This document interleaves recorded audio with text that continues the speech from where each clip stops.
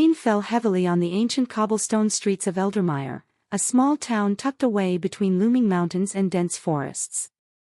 It was the kind of rain that seemed to wash away not just the dust of the day but also the secrets hidden beneath the surface. And in Eldermire, there were many secrets. Among the winding lanes and ivy-covered stone houses, a young woman named Alara Whitmore walked briskly beneath her worn-out cloak. The chill of the evening seeped into her bones, but she paid no mind to the cold. Her mind was too preoccupied with the letter she had received that morning, an anonymous message that simply read, "Meet me at the old clock tower by midnight. Answers await." For as long as she could remember, Alara had been haunted by questions about her past. She had grown up in Eldermire's orphanage, never knowing her parents or why she had been left at the doorstep on a stormy night much like this one. The only clue she had was a small, silver pendant shaped like a crescent moon, which she wore around her neck every day. As the clock tower loomed closer, its silhouette stark against the stormy sky, Alara felt her heart pounding with a mixture of fear and anticipation. The town believed the clock tower to be cursed, ever since it had stopped ticking exactly 20 years ago, the same night Alara had arrived at the orphanage. The coincidence had always felt too strange to ignore. Lightning forked across the sky as she pushed open the heavy wooden door of the tower. It creaked ominously on its hinges, and a gust of damp air greeted her. She stepped inside, her lantern casting flickering shadows on the stone walls. The inside of the tower was dusty and cold, filled with the skeleton of the great clockwork machinery that had once kept time for the town. Alara Whitmore, a voice called softly from the darkness above. She froze, holding her breath. "Who's there?" A figure emerged from the shadows, descending the winding staircase that spiraled along the tower's wall. Cloaked in deep midnight blue, the stranger's face was partially hidden beneath a hood. But as he stepped closer, the light revealed his features, sharp cheekbones, piercing green eyes, and a thin scar that traced the line of his jaw. "My name is Aldrich," he said. "And I know the truth about your past." Alara's grip on her lantern tightened. "How? What do you know?" Aldrich paused, as if choosing his words with great care. "It's a long story," he said. "But I promise you, by the end of this night, you will understand everything." He gestured for her to follow, and together they climbed the narrow staircase to the top of the tower. From here, the whole of Eldermire sprawled below them, bathed in silver moonlight that managed to break through the storm clouds. 20 years ago, Aldrich began, your parents were among the guardians of the Veil, a secret order sworn to protect the boundary between our world and the Shadow Realm. The clock tower was their sanctuary, its mechanisms more than just instruments of time. It was a gateway, a seal that kept the darkness at bay. Alara's heart raced. She had heard whispers of the Shadow Realm in bedtime stories, tales meant to frighten children into obedience. But she had never imagined they were real. "What happened to them?" she asked, her voice trembling.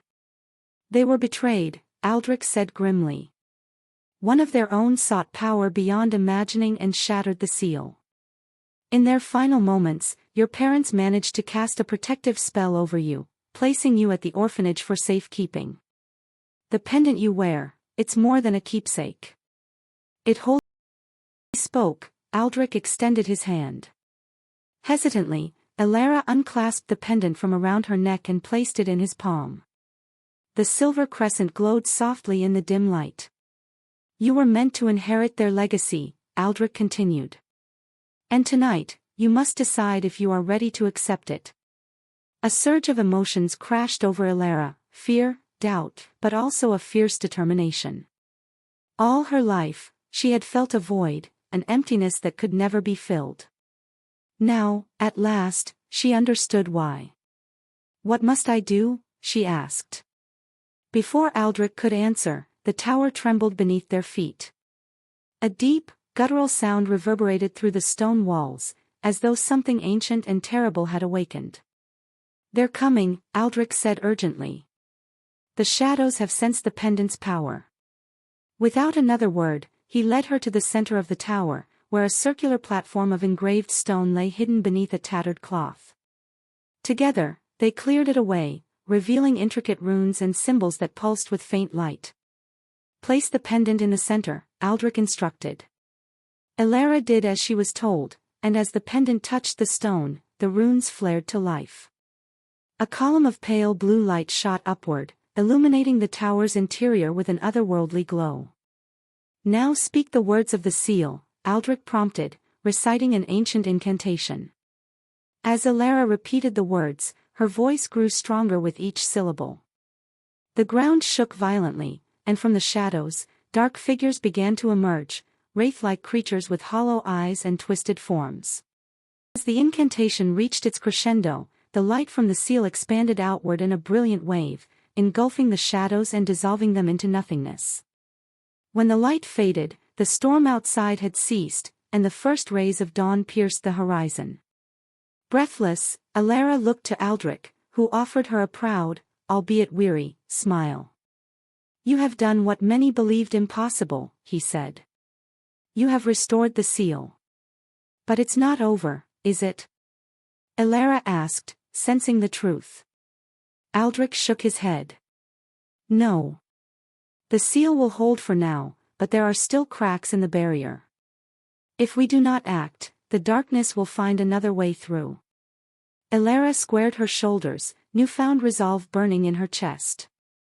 "Then teach me," she said. "Teach me to fight.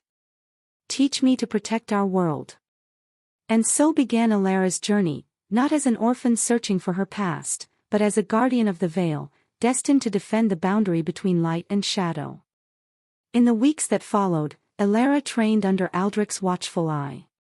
She learned to harness the power of the pendant, to read the ancient texts of the Guardians, and to wield weapons forged from starlight itself.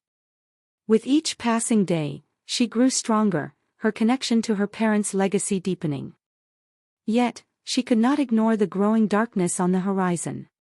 Rumors spread of villages swallowed by mist, of travelers disappearing without a trace. The Shadow Realm was stirring once more, and its hunger had not diminished. Evening, as Elara studied an ancient map in the tower's library, Aldrich approached with a troubled expression. "They're gathering at the ruins of Ethermore," he said. "A place where the veil is weakest." Elara traced her fingers over the map, feeling the pull of destiny in her veins. "Then that is where we must go." Together, they assembled a small band of brave souls, warriors, scholars, and mystics, each willing to risk their lives to defend the world from darkness. Among them was Melis, a sharp-tongued archer with eyes like molten gold, and Thorn, a stoic knight whose sword arm was matched only by his unwavering loyalty. Their journey to Ethermore was fraught with peril. They battled shadow beasts beneath the boughs of the ancient Elmscar forest, crossed treacherous mountain passes where avalanches loomed, and navigated labyrinthine caverns filled with traps and illusions.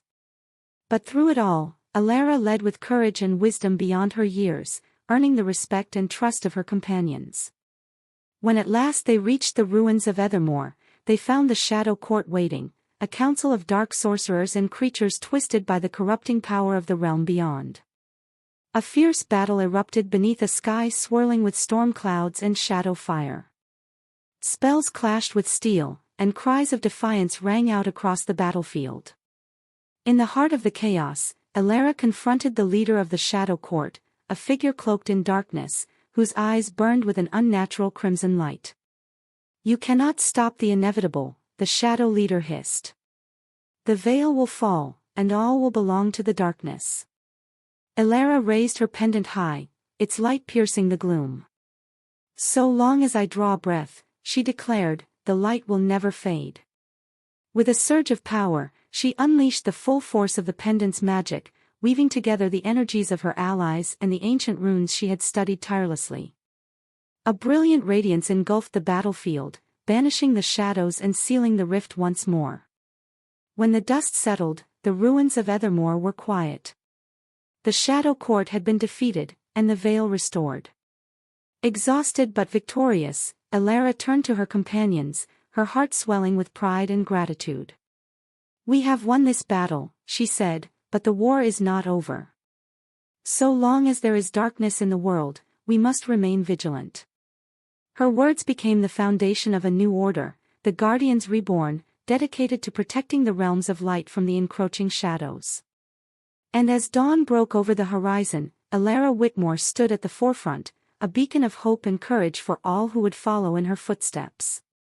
For though the night may come again, there would always be those who stood to face it, armed with light, love, and unyielding determination.